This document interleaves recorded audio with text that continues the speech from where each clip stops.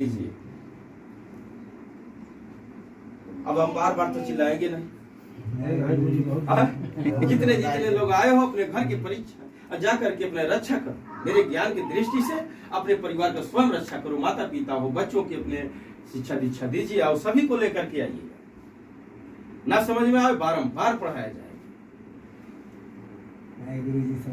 जन्म जन्म तक पढ़ाया जाएगा। धरती पर रहेंगे तो धर्म की चर्चा जरूर करेंगे, अधर्म के रास्ते नहीं करेंगे, क्योंकि सब कुछ कर करके हमको सब पता हो चुका है। जब लड़का फेल होता है अगले साल पास होता है तो उसको और ज्ञान बढ़ता है, और पहले पास हो जाता है कमजोर रहता है, उसको बल नहीं होता है।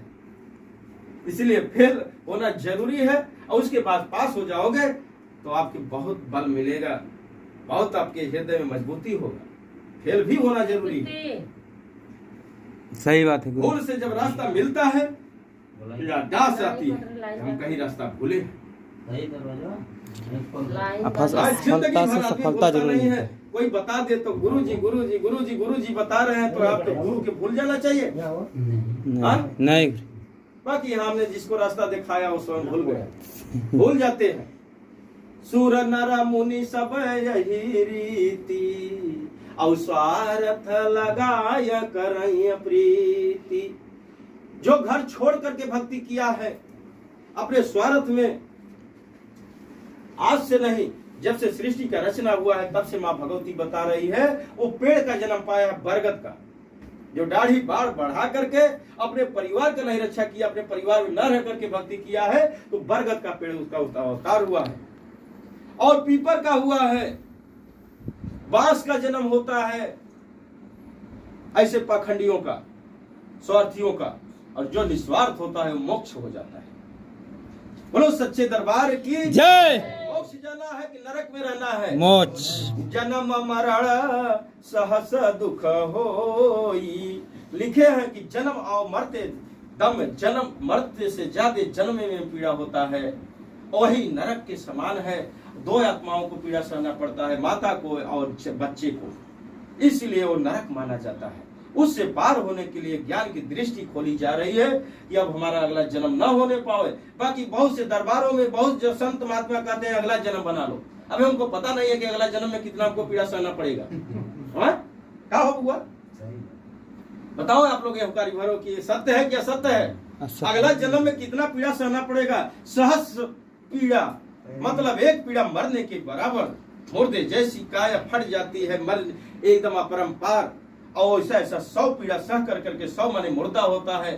माता कितना बड़ा तपस्या करती है, बच्चा तपस्या करता है कि अब एक बार हमको अब जन्म न होना चाहिए। आने के बाद में माया जंजाल में भूल करके अज्ञानता के बस में अगला जन्म बनाया जा रहा है।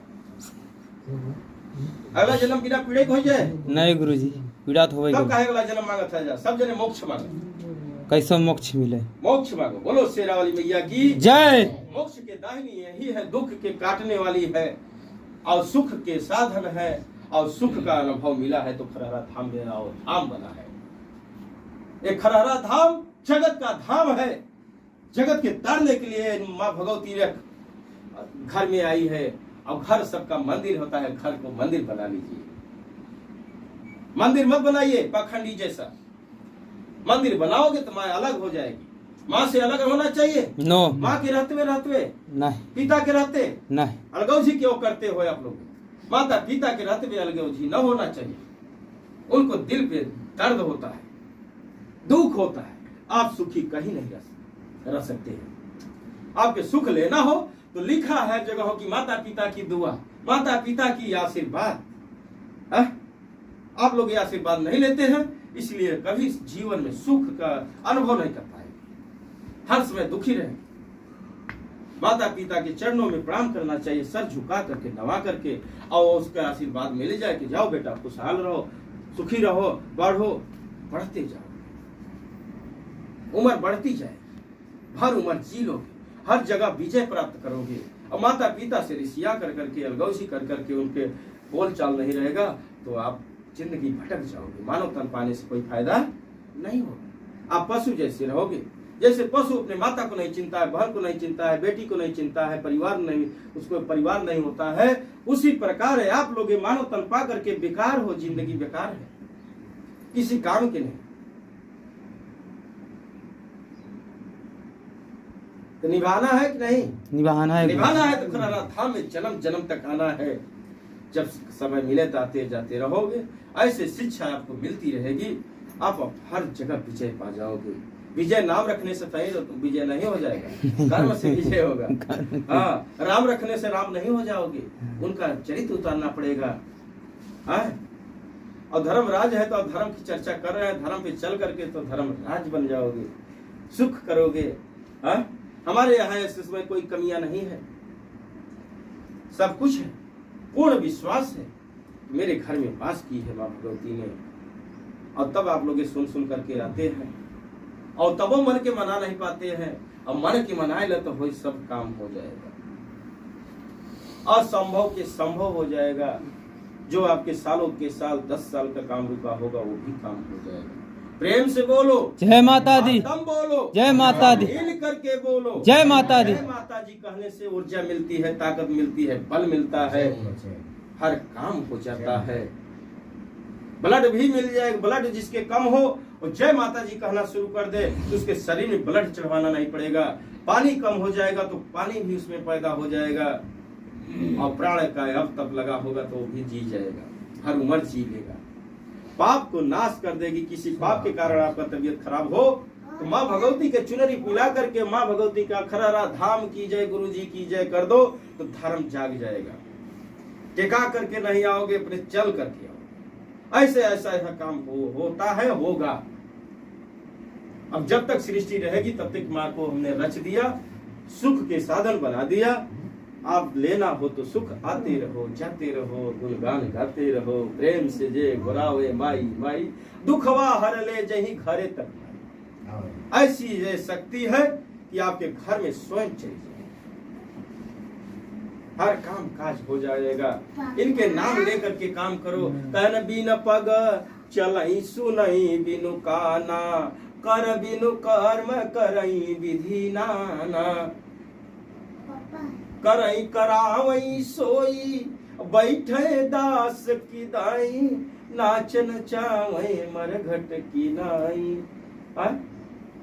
इसका मतलब बता दे, पढ़ रहे हैं लोग बाकी बता ही नहीं रहे हैं, समझा नहीं रहे, तो आप सुनते रहोगे, मुताकते रहोगे। बड़ी बढ़िया कथा सुनाए, और कोई रास्ते में पूछ जाए कि उसका मतलब क्या रहा था, कथा का जीवन का रहस्य क्या, दर्शन किए, क्या वाणी सुने, तो क्या बताओ, पर क्या बकात रहे। तनी बात कर राम का नाम बताए रहे, ऐसे रहे, प्रहलाद को बताए रहे, हिरण्यकश्यप को वध बताए रहे, हाँ जाके उनका बताए थे कि वो श्रवण कुमार के बताए थे माता पिता की सेवा करे, तो काहे बताए, तो हम के करे दे बताए, ई नहीं के लड़ाई में दे नहीं तो लड़ी जही थी। काहे बताया गया है कि श्रवण कुमार जैसा आपका जन्म हुआ है, सभी अपने माता पिता के सेवक बन जाओ, इसलिए कथा सुनाई जाती है। और कथा सुनने का रहस्य है कि आपको करना पड़ेगा, और नहीं तो सुनोगे तो पाप लगेगा, नहीं निभाओगे तो। सत्यवेदी राम राजा दशरथ ने बाण मारा, और पुण्य वाले के जाकर के लगा तो उनको भी झेलना पड़ा, उनकी जिंदगी नष्ट हो गई। और राम राम का इसका जान बचा नहीं बचा। ऐसे पापियों का ये संकेत बताया जा रहा है, जो पापी होगा और जय माता जी कहेगा तब भी नहीं उसका मोक्ष होगा। इसलिए आप आजू से पाप नष्ट करो, कान पकड़ करके सभी लोग 5 बार बैठो और उठो। सजा मिल रही है आपको, बहुत सरल सजा है। जिंदगी बचाना हो तो जिंदगी बचाना हो तो 5 ही बार कान पकड़ करके उठ जाओ और बैठ जाओ, जय माता जी कह करके आपकी जन्म जन्म तक का पाप मोक्ष हो जाओगे। बोलो शेरा वाली मैया की जय, सच्चे दरबार की जय, गुरु जी की जय, हर महादेव। हर महादेव। लोग ले जा करके पानी डाल करके करते हो, दिमाग लगाओ कहीं तब भय खा जाएंगे, क्या कहाँ से पानी बरसे लगा भाई। नहीं, उनकी अपने हृदय की वाणी निकालो, प्रेम की आवाज हो, और स्वयं खुश हो जाएगा। उनके आपके नहवाने की जरूरत नहीं है। संसार को नहवाते हैं, संसार को खिलाते हैं, और जग चराचर है और चलाते हैं, उनको आप नहीं चला सकते हो। आपके पे इतना बड़ा बल नहीं है, आप अपना परिवार नहीं चला सकते हैं तो ईश्वर को कैसे चलाओगे? ले जा हर शंकर जी के मंदिर सगरों बनी गया, जहां भी मंदिर हमने देखा पूरे गांव के गांव पूरी दुनिया में देख रहा हूं कि